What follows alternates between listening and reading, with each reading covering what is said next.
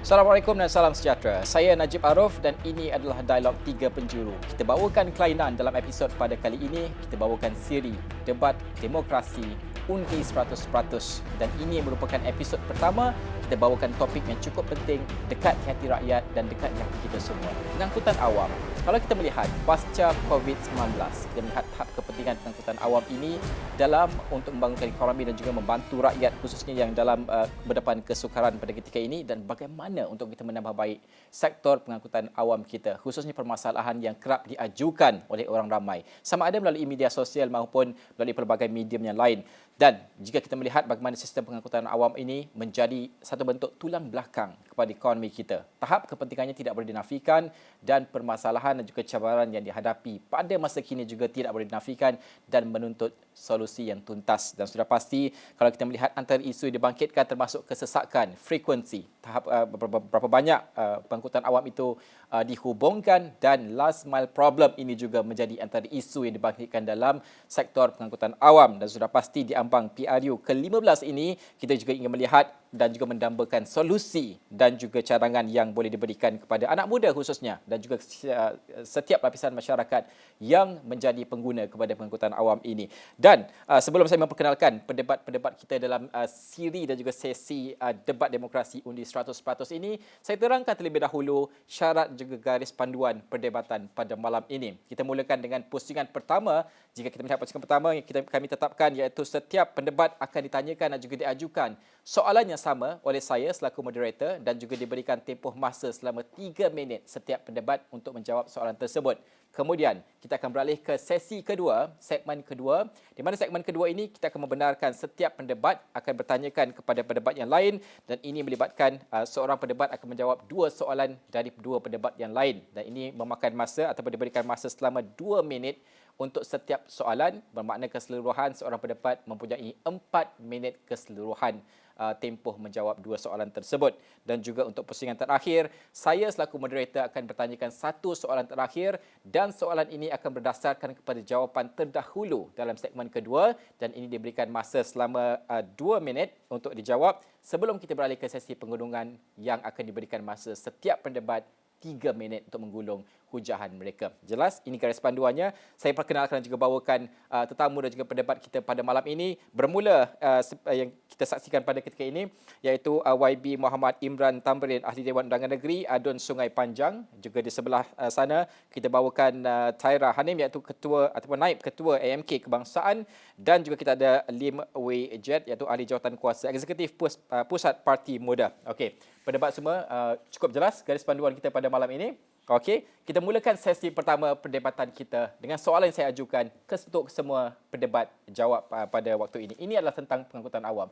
Kalau kita melihat pengangkutan awam kita pada ketika ini, salah satu indikator untuk melihat kepada perancangan bandar yang baik, kita melihat dan juga lihat tadi adalah sistem pengangkutan awamnya yang lebih efisien ataupun lebih cekap. Soalannya kepada anda bertiga pendebat kita pada malam ini, pada pandangan anda, di mana sebenarnya tahap efisiensi ataupun kecekapan sistem pengangkutan awam negara, dan sejauh mana ini memberi impak signifikan kepada anak muda? Saya ulang, pada pandangan anda, di mana sebenarnya tahap efisiensi ataupun kecekapan sistem pengangkutan awam negara, dan sejauh mana ia beri impak signifikan kepada ekonomi anak muda? Kita mulakan dengan YB terlebih dahulu, 3 minit untuk menjawab soalan tersebut. YB. Okay, bismillahirrahmanirrahim. Assalamualaikum warahmatullahi wabarakatuh. Salam sejahtera. Terima kasih saudara moderator dan juga terima kasih Isra Awani, dan juga terima kasih kepada rakan-rakan pendebat yang lain dapat turut bersama-sama kita pada malam ni. Pada pandangan saya, apabila ianya melibatkan isu pengangkutan awam ini, sudah pasti isu pengangkutan awam ini sangat dekat dan juga perlu, khususnya kepada golongan muda.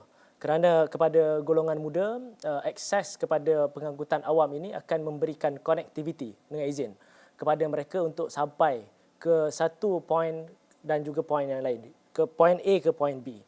Dan kita melihat keadaan pengangkutan awam di Malaysia ini, kalau kita mengukur daripada segi sudut kecekapan, efisiensi, sudah pasti kita kena melihat 2 keadaan.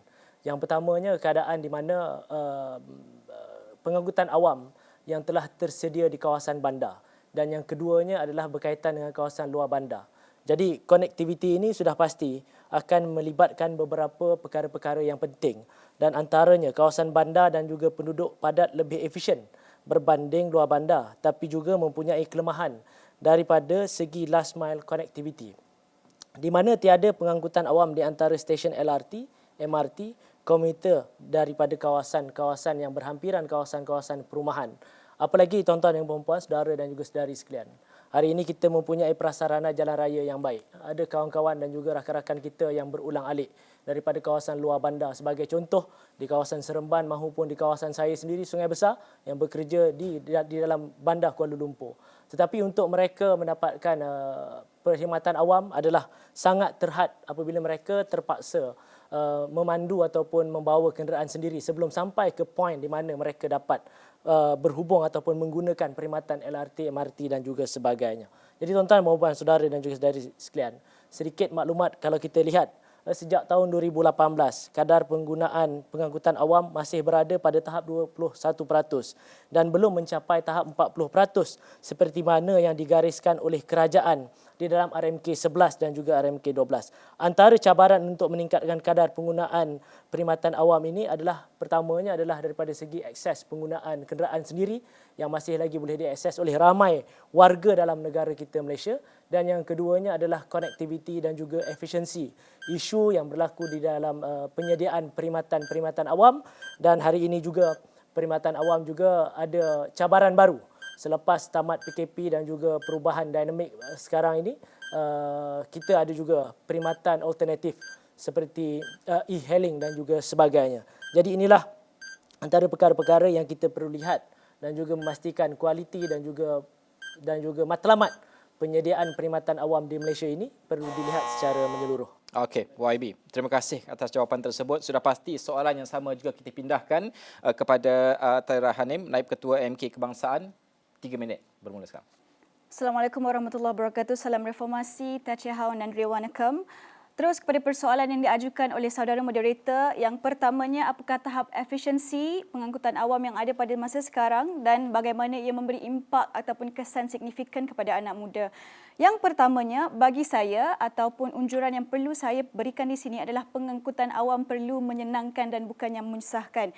Yang dipertua pula saudara moderator, jadi saya percaya bahawasanya hari ini pengangkutan awam adalah tidak memuaskan di atas beberapa kayu ukur yang saya akan berikan. Ada pelbagai kayu ukur yang diberikan kalau mengikut data World Bank, tapi pada hari ini saya ingin bercakap tentang keterhubungan, kos masa dan bayaran dan juga penyelenggaraan. Saudara, seperti yang diperkatakan tadi, keterhubungan ataupun connectivity itu adalah amat penting, dan jika kita lihat pada kali ini tiadanya sistem integrasi di antara bus feeder sebagai contoh dengan MRT ataupun LRT. Jika saudara ingin mengambil pengangkutan awam dari Rawang ke Kuala Lumpur, saudara perlu menggunakan sekurang-kurangnya 2 ataupun 3 pengangkutan awam. Okey, yang kedua, kos masa dan bayaran. Saudara, kalau ikut laporan yang dikeluarkan oleh EPF Belanjawanku, rakyat Malaysia mengguna pakai lebih kurang 20 hingga ke 30% daripada gaji minima sebenarnya untuk membiayai pengangkutan awam, dan itu adalah merupakan tahap yang agak tinggi jika dibandingkan dengan unjuran yang dikeluarkan juga oleh World Bank. Sepatutnya kadar untuk kos pengangkutan awam adalah daripada 5 sehingga 10% sahaja. Dan juga kos penyelenggaraan, saudara, kalau kita tengok Twitter tak habis-habis orang komplain, dan juga ada juga Twitter yang kasihkan untuk melihat bagaimana ataupun stesen mana yang tidak berfungsi dan sebagainya pada hari ini. Jadi kalau kita ingat, ada juga pada 24 Mei tahun 2021 pelanggaran antara train di LRT Kelana Jaya yang menyebabkan lebih 200 rakyat ataupun mangsa yang cedera. Jadi saudara, dengan menggunakan kayu ukur itu, saya merasakan bahawasanya pengangkutan awam pada hari ini adalah tidak memuaskan. Ada kayu ukur yang lain kenapa pengangkutan awam juga tidak memuaskan, iaitu kalau kita lihat pada tahun 2021 suku kedua, unjuran yang dikeluarkan oleh Menteri Transportasi, sebanyak hampir 250,000 pendaftaran baharu kenderaan dicatat pada suku kedua seperti saya sebut tadi, iaitu meningkat lebih kurang 52% berbanding suku kedua 22%. 2020. Dan saudara, lebih 90% isi rumah mempunyai lebih daripada satu kereta dan juga lebih kurang 54% mempunyai lebih dua kereta.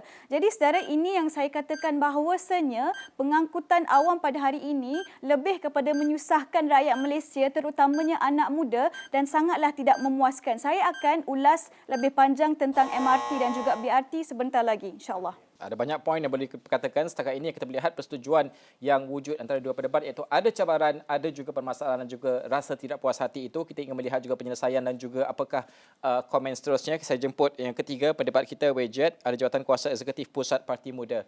Pandangannya untuk soalan saya, 3 minit. Terima kasih saudara moderator dan pendebat-pendebat yang lain. Salam sejahtera. Kalau menjawab soalan teruslah moderator, efisiensi kalau saya boleh bagi grade C. Mengapa? Kita analisa dari dua perspektif. Nombor satu, golongan belia yang terpaksa naik pengangkutan awam kerana tak mampu membeli kereta. Apa cabaran yang mereka lalui? Terpaksa bangun awal kerana tak konsisten feeder bus, kerana lewat feeder bus, kerana MRT dan LRT sering diganggu perkhidmatannya kerana rosak, dan mereka terpaksa membazir 2-3 jam daripada rumah mereka hingga ke pejabat. Dan 2-3 jam itu dibazirkan kerana produktiviti. Dan masa yang dibazirkan itu tidak boleh digunakan untuk bersama dengan keluarga, bermain dengan anak. Saya sebagai seorang ayah kepada seorang anak kecil, saya faham begitu pentingnya berinteraksi dengan anak. Tak dapat untuk belajar skill baru seperti coding ataupun marketing untuk meningkatkan kebolehpasaran graduan. Itu semua hangus kerana 2-3 jam itu terbazir di jalan raya, di menduduk MRT. Saya belum cerita lagi tekanan emosi, tekanan mental yang perlu dilalui jika terpaksa beratur di bawah terik mentari menunggu bas yang tak datang-datang lagi. Itu cabaran bagi mereka yang terpaksa naik MRT, LRT. Bagi mereka yang boleh membeli kereta, ada cabaran juga. Mereka terpaksa membayar ansuran kereta yang begitu tinggi, dan oleh kerana terdapat banyak kereta di jalan raya, kerajaan terpaksa memberi subsidi. Kalau ikut statistik terkini, 37 bilion subsidi diberikan untuk subsidis petrol di Malaysia. Dan 37 bilion itu tidak boleh digunakan untuk membangunkan universiti, untuk membuat syarikat antarabangsa untuk melabur di sini, untuk memberi insentif kepada peniaga-peniaga kecil. Ini semua program-program yang boleh memberi impak kepada belia, tetapi tidak boleh diberikan kepada belia kerana terpaksa dichannelkan kepada untuk memberi subsidi petrol dan minyak kerana kereta banyak di jalan raya. Kerana bagi kebanyakan besar belia di Malaysia ini, di Kuala Lumpur khususnya, mereka tak ada pilihan kecuali untuk membeli motor, membeli kereta kerana MRT, LRT tidak boleh dipercayai konsistensinya. Maka mereka tidak boleh dimarahi, tidak mahu dimarahi majikan, tidak mahu dilabel sebagai datang kerja lewat ataupun malas misalnya. Itu cabaran belia sekarang. Mereka terhimpit. Kalau mereka terpaksa naik MRT, mereka pun terhimpit. Kalau mereka membeli kereta dan memandu ke tempat kerja, 2-3 jam juga di highway. Itu adalah cabaran yang belia hadapi, dan saya rasa kerajaan persekutuan selama berdekad-dekad ini tak menangani langsung isu ini. Dan ia akan memberi impak signifikan terhadap ekonomi dan disposable income belia dengan izin. Kerana banyak duit dibelanjakan untuk LRT, MRT membeli kereta. Tak dapat digunakan untuk memberi kehidupan yang lebih baik untuk keluarga mereka. Itu impaknya. Okey, terima kasih Wejed, ahli jawatankuasa eksekutif Pusat Parti Muda, menutup untuk sesi pertama perdebatan kita pada waktu ini. Dan sudah pasti kita melihat kepada ini adalah antara lambakan masalah cabaran yang kita hadapi pada masa kini disebabkan oleh pengangkutan awam pada masa kini.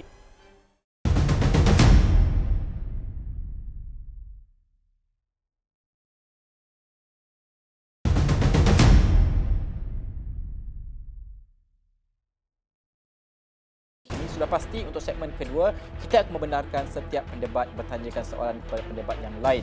Dan sudah pasti ini juga boleh kita berikan tumpuan kepada mungkin penyelesaian kepada segala permasalahan yang ditimbulkan dan juga dibawakan oleh ketiga-tiga pendebat pada masa kini. Kita mulakan dengan YB.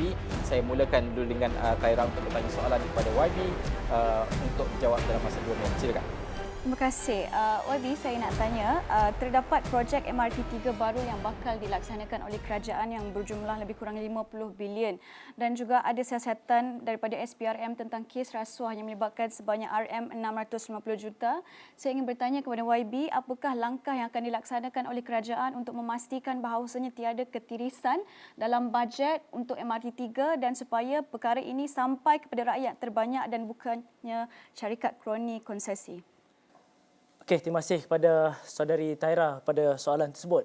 Yang pertamanya, saya tak bolehlah menjawab bagi pihak kerajaan. Tetapi apa yang kita perlu sarankan dan juga ambil iktibar daripada bajet dan juga perbelanjaan berkaitan dengan dana awam ini, perbelanjaan itu mestilah dibelanjakan secara penuh berintegriti. Dan setiap kelemahan dan juga setiap ketirisan yang dilaporkan itu perlu disiasat dan juga diberikan perhatian sepenuhnya supaya setiap matlamat dan juga tujuan utama penyediaan MRT3 ini adalah untuk menghubungkan satu-satu bandar dan juga satu-satu kawasan lokaliti untuk memudahkan perjalanan dan juga pergerakan khususnya di kalangan anak-anak muda untuk sampai daripada kawasan kediaman kepada kawasan tempat kerja ini mencapai matlamatnya. Dan sekiranya ada kelemahan dan juga sebarang isu berkaitan dengan integriti, perkara ini haruslah disiasat dan pihak kerajaan tak boleh berselindung dan pihak kerajaan kena ambil tindakan segera agar matlamat penyediaan MRT3 ini perlu dilaksanakan sebaik mungkin. Namun berdasarkan poin dan juga kenyataan daripada rakan-rakan penebat tadi, yang paling penting adalah penyediaan prasarana tersebut. Prasarana ini adalah sangat penting bagi memberikan kemudahan kepada masyarakat, orang ramai, khususnya di kalangan anak muda yang berkerjaya, yang nak ada akses daripada nak pergi ke point A ke point B. Tapi isu berkaitan dengan ketirisan dan juga integriti ini perlu ditangani oleh pihak berkuat kuasa dan juga pihak kerajaan mestilah menjadi kerajaan yang bertanggungjawab dalam isu ini untuk mengambil tindakan dan juga memastikan setiap projek yang berkaitan dengan pengangkutan awam ini dilaksanakan dengan sebaik mungkin kepada dan tepat menuju kepada sasaran dan juga matlamatnya. Terima kasih.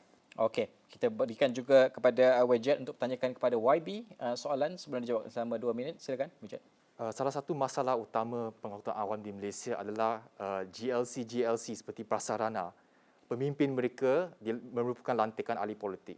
Yang baru-baru ini kita lihat Tajuddin Abdul Rahman dilantik sebagai pengerusi prasarana dan kita lihat di kemalangan LRT tersebut dia seolah-olah tak mengambil tanggungjawab, seolah memperlekehkan situasi dan mampu mempertawakan situasi tersebut. Apakah posisi anda setakat mana jika ahli politik boleh dilantik mengetuai GLC? Apa pendirian UMNO, pemuda UMNO dalam hal ini? Okey, terima kasih kepada sahabat saya, Saudara Lim daripada Muda. Pendirian saya selaku wakil daripada Pergerakan Pemuda UMNO, apa pun peranan dan juga tanggungjawab yang diberikan sama ada kepada ahli politik atau bukan ahli politik, peranan dan juga tanggungjawab tersebut mestilah diberikan kepada mereka yang kompeten dengan izin. Mereka yang mempunyai kemahiran, pengetahuan dan juga pengalaman daripada segi mengetuai ataupun mengepalai sesuatu badan-badan JLC. Tak kiralah mereka itu daripada kalangan ahli politik ataupun daripada kalangan profesional dan juga corporate. Tuan-tuan yang berpuan, saudara dan juga saudari sekalian, saya suka nak menegaskan bahawa adalah tidak wajar melabel ataupun menghukum seseorang ahli politik kerana dia semata-mata ahli politik. Dan untuk memastikan sesuatu badan-badan JLC ataupun badan-badan milik kerajaan ini berfungsi dengan baik, maka yang paling pentingnya bukanlah daripada latar belakang politiknya. Yang paling penting adalah latar belakang profesional yang mengetuai dan juga yang menguruskan sesuatu perkhidmatan awam. Kalau dilihat kepada prasarana ini memang matlamatnya adalah untuk menyediakan prasarana perkhidmatan awam yang berkaitan dengan train dengan secara efisien dan juga baik. Bukannya sudah pasti syarikat ini bukanlah semata-mata bersandarkan bisnes semata-mata. Ianya adalah melebih kepada perkhidmatan. Dan mereka yang berada di dalam kepimpinan ataupun dalam barisan kepimpinan dalam syarikat tersebut mestilah mereka yang mempunyai kompetensi dan fungsional dengan izin. Sebab kalau melantik semata-mata ahli politik kerana kedudukan politiknya, maka ianya adalah sesuatu yang tidak wajar. Melainkan seseorang ahli politik itu mempunyai pengalaman dan juga kompetensi tertentu yang dia boleh menyumbang kepada sesuatu badan. Itulah pendirian saya. Terima kasih.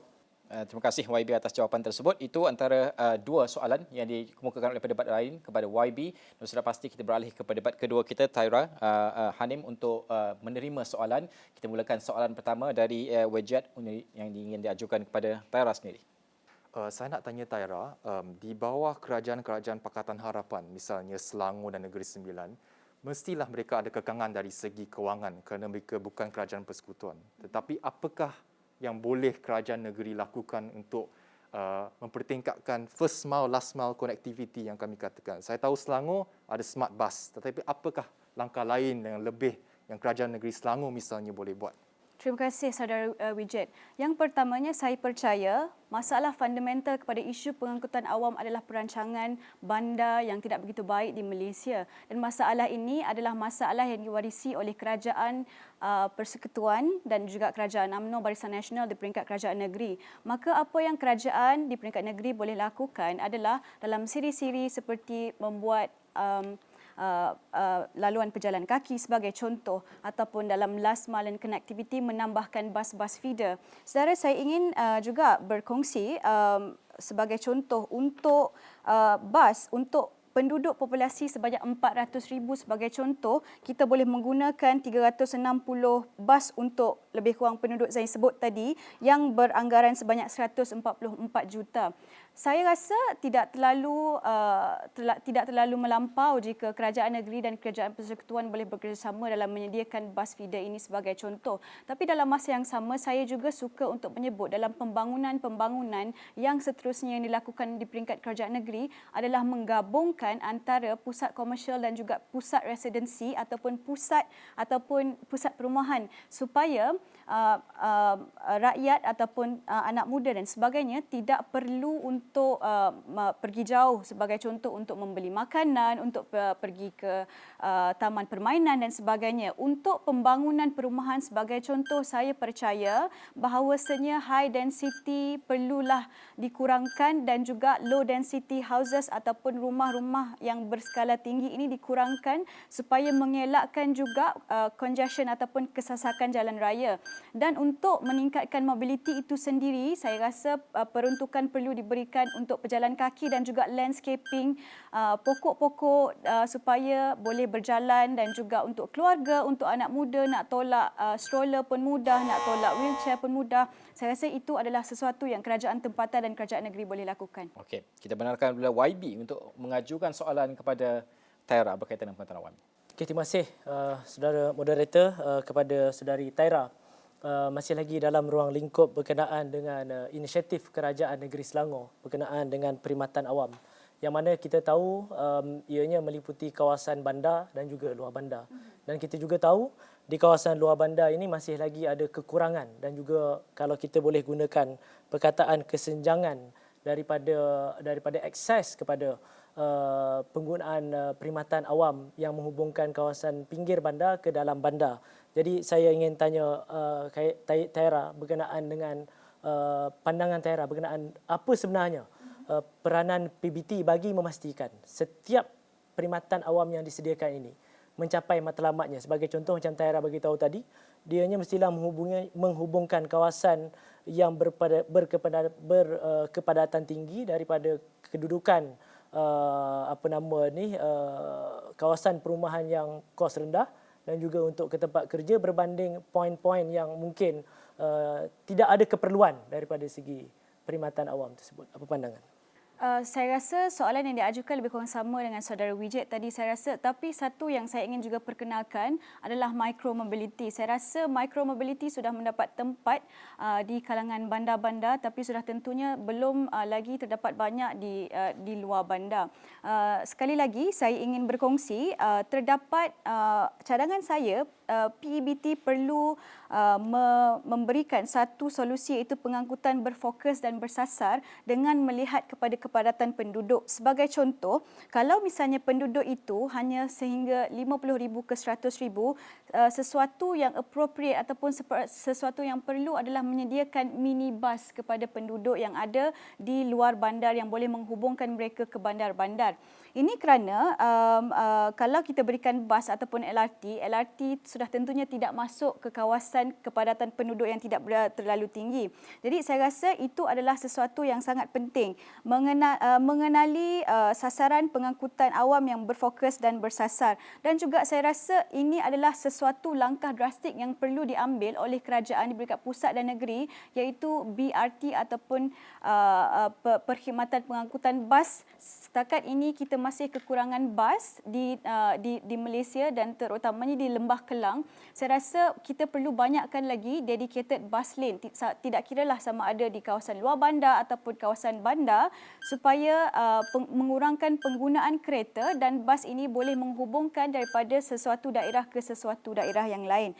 Saya rasa itu cadangan saya kepada PEBT dan juga keselamatan untuk pejalan kaki untuk menaiki bas dan penyelenggaraan dari segi tempat menunggu bas dan sebagainya, itu sangat penting juga. Saya rasa kita perlu menggalakkan masyarakat untuk mengadakan last mile, iaitu sekurangnya 15 minit sahaja. Itu adalah merupakan jarak ataupun masa yang bertepatan dan berpatutan untuk berjalan sebelum menaiki pengangkutan awam. Okey, terima kasih Taira atas jawapan tersebut. Kita buka juga gelanggang ini kepada Wejat. Kita mulakan dengan YB terlebih dahulu untuk bertanya soalan kepada Wejat. Okey. Okey, terima kasih kepada saudara Wijat. Berkenaan dengan pentingnya pengangkutan awam yang telah pun dibincangkan sebentar tadi.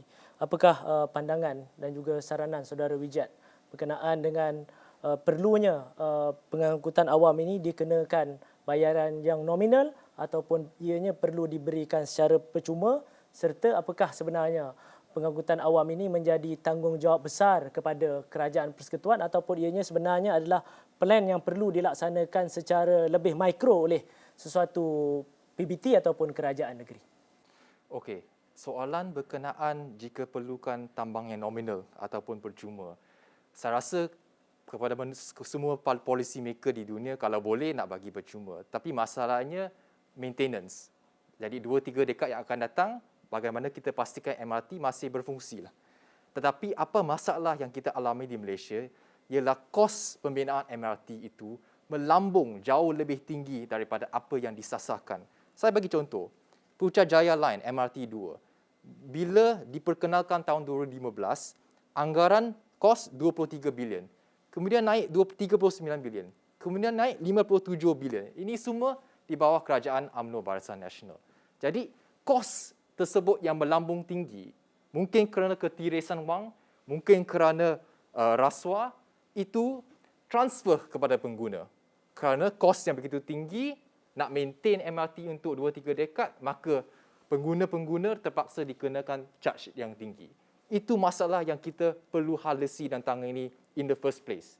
Tetapi nombor 2, bagi saya, apa yang lebih penting ialah MRT itu perlu dibangunkan di kawasan yang strategik. Maknanya di kawasan yang boleh diakses golongan B40 dan M40. Sebab mereka yang naik MRT, bukan mak dating yang nak pergi shopping kat pavilion. Jadi, rakyat Malaysia ni bukan puteri lilin sebenarnya. Mereka boleh berjauh sehingga 500 meter ataupun 13 minit. Tetapi kalau lebih daripada itu, mereka mungkin akan panggil e-hailing ataupun taksi. Itu kajian di Penang yang dijalankan. Jadi, MRT itu perlu dibina di kawasan yang strategik, di mana dalam radius 13 minit, orang ramai boleh berjalan ke MRT, boleh parking di MRT, boleh guna MRT tersebut. Itu nombor 1. Nombor 2, culture work from home itu perlu, saya rasa masa pun dah berlalu. Mungkin saya boleh teruskan dalam soalan jawapan Taira. Kita akan benarkan dalam penggulungan nanti, Wejat. Okey, Taira, soalan kepada Wejat sendiri. Okey, Wijat, tadi saudara ada menyebut tentang kos penyelenggaraan dan masalah kos operasi dan pembinaan itu sendiri. Unjuran Bursa Malaysia 2020 ada menyatakan bahawasanya pengswastaan pengangkutan awam itu adalah sesuatu kemungkinan. Jadi saya nak bertanya, adakah saudara bersetuju jika perkhidmatan awam itu diswastakan? Saya rasa dalam pengangkutan awam di mana-mana dunia pun, saya rasa tak diswastakan 100%. kebanyakan besar adalah public-private partnership yang dijalankan di beberapa negara-negara yang berjaya dalam segi pengangkutan awam seperti Korea Selatan dan Singapura. Saya rasa kerajaan persekutuan perlu mengambil tanggungjawab untuk memastikan infrastruktur itu ada, MRT itu ada di kawasan yang strategik dan ianya dapat diselenggara dengan betul. Mungkin kita perlu tokoh-tokoh korporat daripada private sector untuk mengetuai beberapa bahagian. Kerana mungkin mereka lebih arif tentang bagaimana nak selenggara lift, eskalator. Baru-baru ini MRT Kajang saya lihat eskalator, 3-4 eskalator dah rosak, berbulan-bulan tak dibaiki. Bila ditanya di sosial media, Rapid KL jawab, spare part kita kat Shanghai, kena tunggu hingga Disember 2022 baru boleh siapkan. Mengapa budaya macam ini ada berleluasa di dalam pasarana ataupun syarikat yang mengendalikan pengangkutan awam di Malaysia ini? Kita harus membersihkan pemikiran dan memastikan ada satu budaya yang profesional untuk menjalankan dan mengoperasikan MRT dan LRT kita pada hari ini. Dan bukannya melihat daripada segi, ini adalah satu infrastruktur kerajaan, maka kita terima sajalah, kita tak boleh kritik. Tapi kita harus ada budaya korporat yang profesional, yang jalankannya dan operasikan dengan baik, maka ia akan memanfaatkan lebih banyak orang. Itu yang berlaku di Singapura, itu yang berlaku di Korea Selatan, yang berjaya dari segi pengangkutan awam.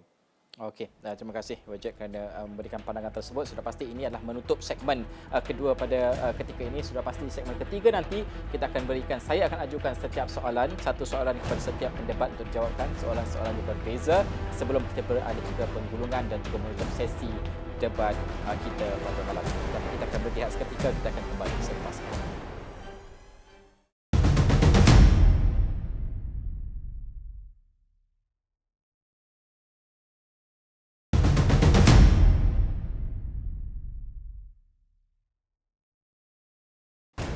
Okey, kita memasuki segmen ketiga dalam siri debat demokrasi undi 100% untuk dialog 3 penjuru pada kali ini dan juga malam ini adalah segmen yang terakhir dan saya akan ajukan soalan terlebih dahulu kepada setiap pendebat. Ini adalah soalan berbeza bagi setiap pendebat. Berdasarkan kepada perdebatan pada hari ini, kita melihat ruang lingkup itu sudah pun dibuka ke peringkat kerajaan negeri dan kerajaan pusat. Penyelesaian juga dicadangkan, permasalahan juga dan juga cabaran diajukan.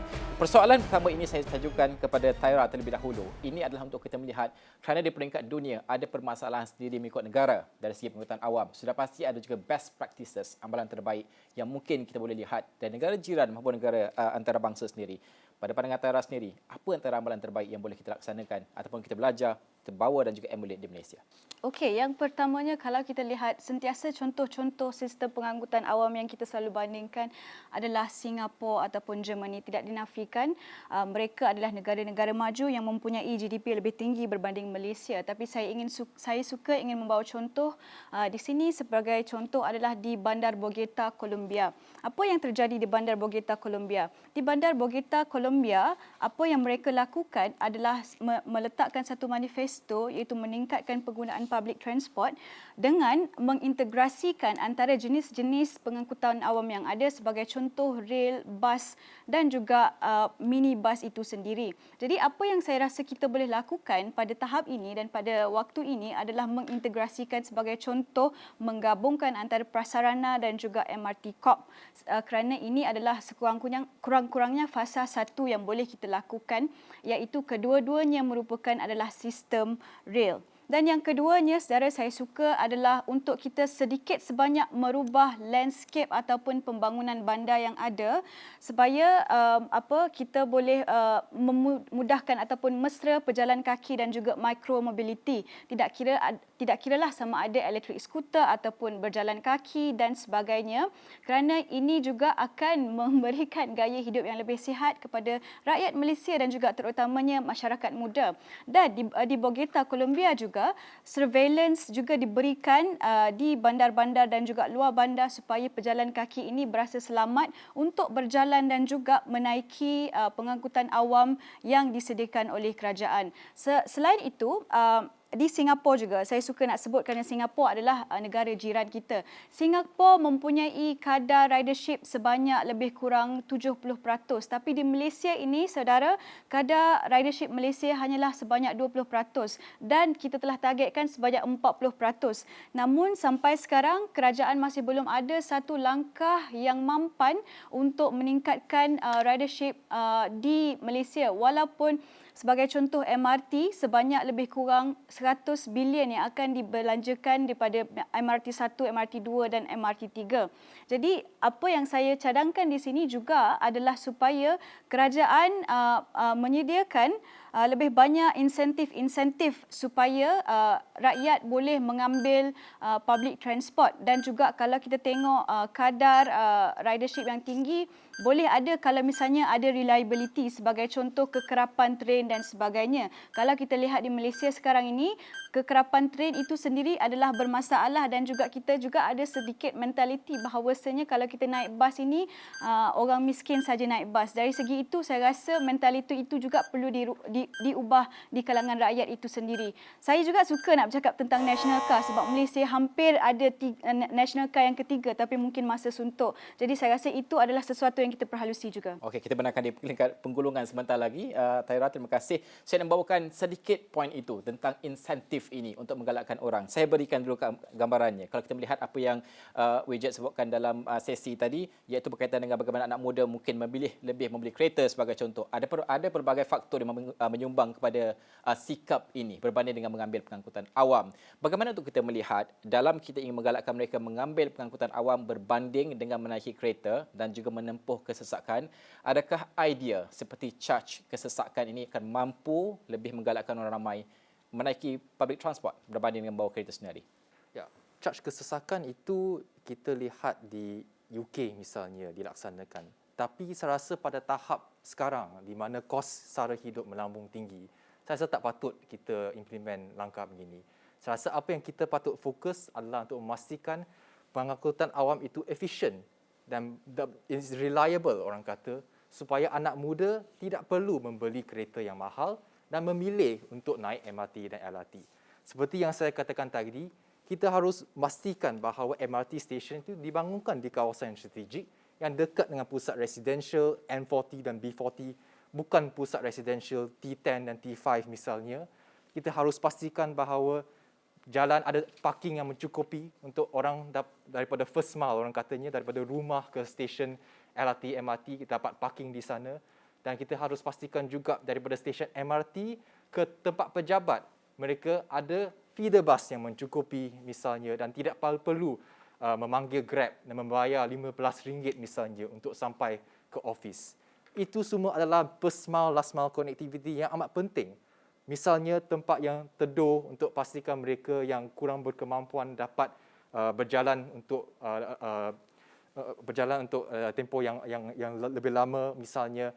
Dan penyelenggaraan itu patut dijalankan untuk pastikan lift, escalator dan MRT itu berjalan dengan lancar agar orang dapat rely tersebut. Bersih misalnya kawasan persekitar MRT supaya orang suka untuk pergi ke MRT, LRT. Itu semua yang telah diimplement di Korea Selatan. Sebenarnya ini bukan rocket science, orang kata. Sebenarnya kalau lihat di Korea Selatan dan Selangor, prinsip mereka senang saja.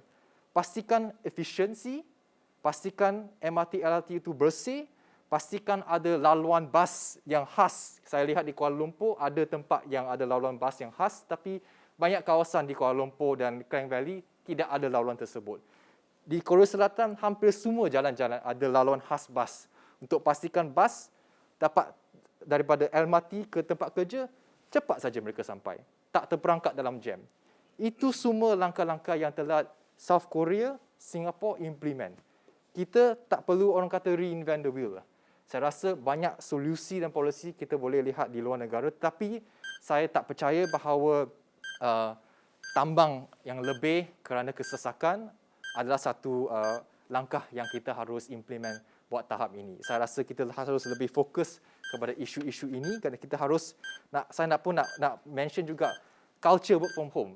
Kerajaan harus promosikan, majikan untuk membenarkan anak-anak muda untuk bekerja daripada rumah. Kena dapat internet penetration yang mencukupi, kena pastikan bahawa ada teknologi daripada sistem manual, daripada majikan ke sistem yang berteknologi supaya senang untuk work from home. Itu semua hasilnya belia tidak perlu duduk MRT sebab mereka dapat bekerja daripada rumah. Saya rasa itu satu budaya yang positif selepas COVID yang kita harus continue buat masa akan datang. Baik, terima kasih Wejat atas pandangan tersebut dan sudah pasti saya mengambil juga sedikit poin Wejat. Ini berkaitan dengan bagaimana stesen MRT itu harus berdekatan dengan PPR sebagai contoh dan juga kawasan-kawasan yang mudah diakses oleh rakyat kebanyakan. Soalan saya kepada YB, mudah saja. Apabila kita bina di kawasan-kawasan perumahan seperti ini, ia menimbulkan satu lagi implikasi lain. Harga rumah di sekeliling itu lebih mahal. Ini menuntut mungkin the whole of government approach. Setiap kementerian agensi yang terlibat untuk menyelesaikan permasalahan ini. Apa yang boleh kita lakukan dan adakah wujud kemahuan politik untuk menggabungkan semua kementerian menyelesaikan satu masalah? Soal pengangkutan mungkin, pandangan YB. Okey, terima kasih pada saudara moderator. Yang pertamanya sudah pasti apabila ianya melibatkan kawasan-kawasan pembangunan, ini memerlukan kerjasama dua-dua pihak, kerajaan negeri dan juga kerajaan persekutuan.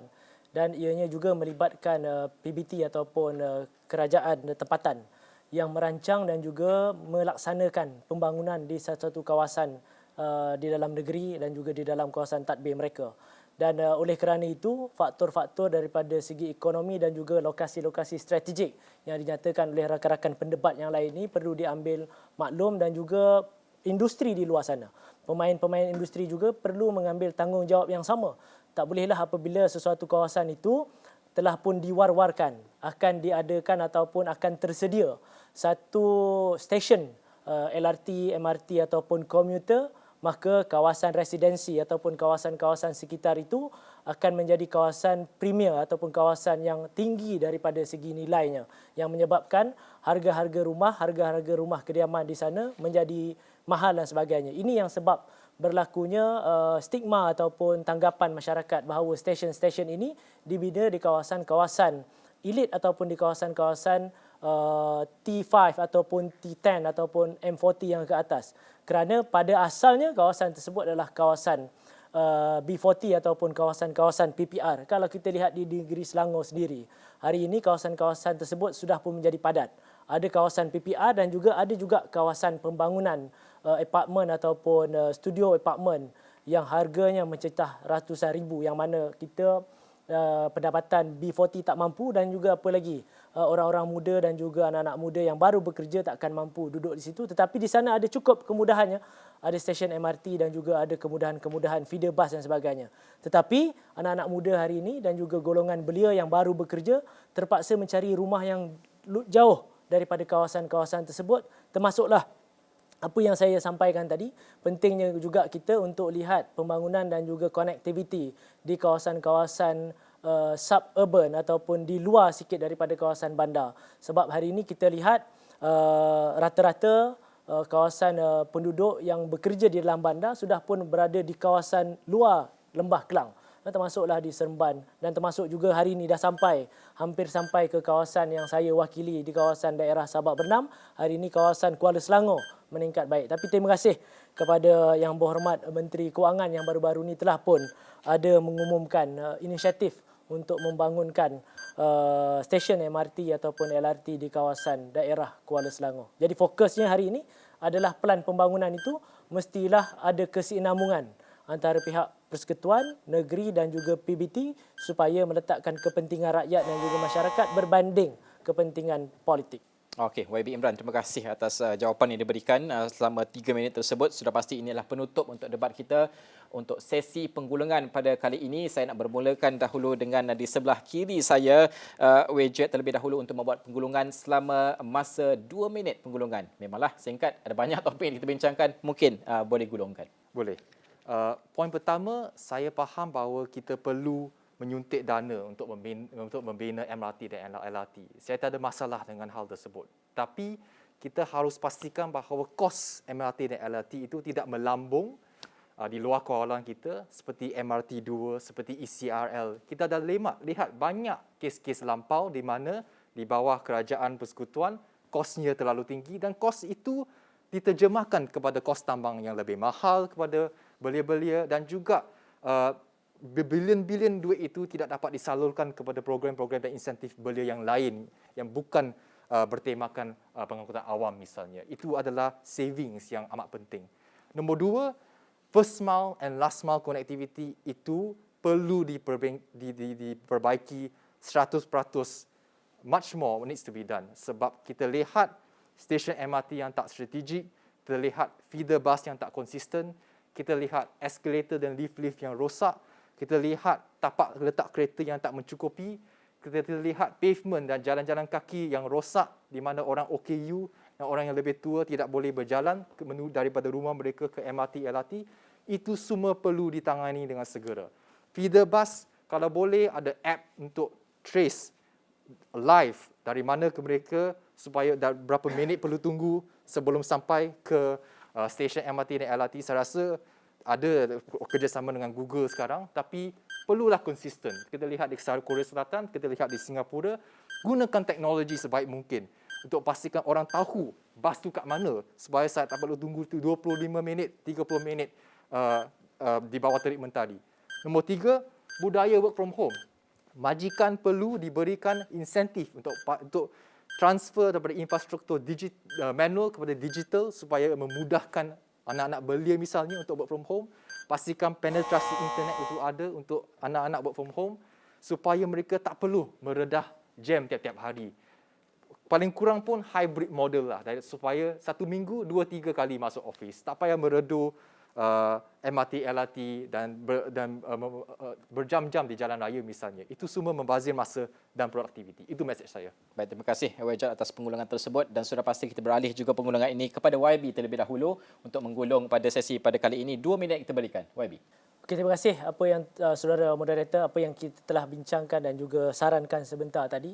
Sudah pasti ianya menyentuh beberapa kepentingan aspek dalam kita memastikan efisiensi daripada segi penyediaan prasarana dan juga pengangkutan awam ini. Yang pertamanya adalah berkaitan dengan politik, sosial dan juga ekonomi. Daripada segi politik ini mestilah menjadi satu political stand kepada mana-mana kerajaan yang memerintah dan juga yang ambil alih sesuatu buah pentadbiran kerajaan. Kita perlu belajar daripada kesilapan apabila stigma yang diletakkan kepada kerajaan Barisan Nasional oleh rakan-rakan kita pun tadi bagi tahu berkaitan dengan bajet, perbelanjaan dan sebagainya. Sedangkan pada kerajaan PH ini adalah suatu yang tindakan yang kita boleh katakan silap apabila mereka memansuhkan beberapa projek-projek ataupun menangguhkan, termasuklah Badan Kawal Selia yang sangat penting untuk perkhidmatan awam iaitu Suruhanjaya Perkhidmatan Awam Darat ataupun SPAD yang hari ini diturunkan sedikit dia punya peranannya hanya menjadi satu agensi kerajaan. Jadi perkara-perkara ini mestilah dilihat secara menyeluruh bersama-sama, meletakkan kepentingan politik ke tepi tetapi kita melihat kepada pentingnya perkhidmatan awam yang efisien dan yang keduanya adalah bagaimana kita mencari solusi-solusi yang tuntas untuk trust deficit dengan izin oleh kerana lack of efficiency dan juga sebagainya. Yang ketiga adalah aplikasi menggunakan Internet of Things ataupun menggunakan digitalisasi yang mana hari ini kerajaan juga untuk mempertingkatkan perkhidmatan awam ini perlu membina prasarana 5G supaya macam saudara Wijat cadangan tadi supaya ada maklumat di kalangan pengguna dan juga customer bahawa kalau ada keterlewatan dan juga ada real time dengan izin pergerakan sesuatu train ataupun perkhidmatan awam tu supaya kita tak tertunggu-tunggu ataupun kita boleh plan perjalanan kita pada satu-satu hari tersebut. Terima kasih. Baik, terima kasih YB Imran atas penggulungan tersebut dan kita menutup dengan untuk siri debat demokrasi undi 100% ini kita berikan ruang selama 2 minit untuk Taira menggulung perdebatan pada hari ini. Saudara yang saya hormati sekalian, kalau kita lihat World Bank 2019 ada menunjukkan bahawasanya gaji median bagi remaja ataupun anak muda yang berusia 20 sehingga 29 tahun pada tahun 2018 dan dibandingkan pada tahun 2010 adalah lebih rendah iaitu pada kadar 2,000 sehingga 2,500. Jadi, pengangkutan awam yang merupakan satu fasiliti awam ini amatlah penting untuk meringankan beban kepada anak muda seperti yang saya katakan tadi tadi, jika anak muda terpaksa memiliki kenderaan persendirian untuk pergi kerja dan melakukan kerja-kerja harian, anak-anak muda sekurang-kurangnya perlu pakai sekurang-kurangnya kadar lantai adalah 600, iaitu lebih kurang 40% jika ianya gaji minima ataupun lebih kurang 30% kalau gaji yang median seperti yang saya sebutkan tadi. Saudara, minta maaf kalau saya tak bercakap tentang isu yang terlalu populis, tapi saya nak sebut tentang isu pokok. Dua isu pokok, iaitu satu, pembangunan bandar yang tidak seimbang dan tidak terancang. Jika kita bercakap tentang pengangkutan awam, kita juga perlu ingat bahawasanya pembangunan yang tidak seimbang antara Lembah Kelang dan negeri-negeri lain di Malaysia, sebagai contoh Kelantan, Terengganu, Kedah, Pahang dan sebagainya. Yang kedua, saudara, projek mega yang tersalah keutamaan. Sedari daripada YB tadi ada sebut bahawasanya Kerajaan Pakatan Harapan memotong projek mega. Saudara, saya nak sebut MRT 3 adalah berharga 50 bilion untuk 50 km, manakala ECRL dengan bajet yang sama, itu 50 bilion, adalah untuk 665 km. Jadi jelas di sini harga yang tidak berpatutan dengan jarak yang disediakan. Jadi saya suka nak sebut bahawasanya pengangkutan awam ini adalah untuk pembangunan dan keutamaan rakyat dan juga bukannya untuk keutamaan syarikat. Kita juga mesti lakukan sesuatu supaya pengangkutan awam ini tidaklah memberi faedah kepada developer, sebagai contoh dengan spekulasi hartanah dan sebagainya, saudara-saudari. Dan saya nak sebut juga kenapa mobiliti ini penting, kerana mobiliti fizikal itu yang akan menentukan mobiliti sosial. Dan saya ada satu yang saya nak kita fikir-fikirkan dalam wawasan 2020, ada sebut mungkin kita akan ada kereta terbang. Tapi hakikatnya pada tahun 2022 pengangkutan awam kita masih perlahan. Sekian, terima kasih. Terima kasih Taira atas penggulungan tersebut, dan maka dengan itu berakhirlah sudah. Ini adalah siri debat demokrasi undi 100%. Banyak persoalan dan juga permasalahan, cabaran yang dilontarkan, serta solusi dan juga pengajaran yang boleh kita ambil untuk diangkat ke peringkat dasar dan juga pelaksanaan execution. Itu paling penting pada akhirnya, dan bagaimanakah ini boleh dijadikan satu bentuk solusi, khususnya dalam kita berdepan dengan penyusunan manifesto untuk PI 2015 mungkin dari setiap parti yang terlibat, dan juga sudah pasti dambaan solusi daripada rakyat yang menggunakan public transport pengangkutan awam ini yang berdepan dengan permasalahan saban hari. Adakah akan ada sinar di hujung terowong tersebut? Itu antara permasalahan dan juga penyelesaian yang boleh kita suarakan. Sekian saja untuk siri debat demokrasi undi 100% dalam Dialog 3 Penjuru. Saya Najib Arif. Assalamualaikum warahmatullahi wabarakatuh.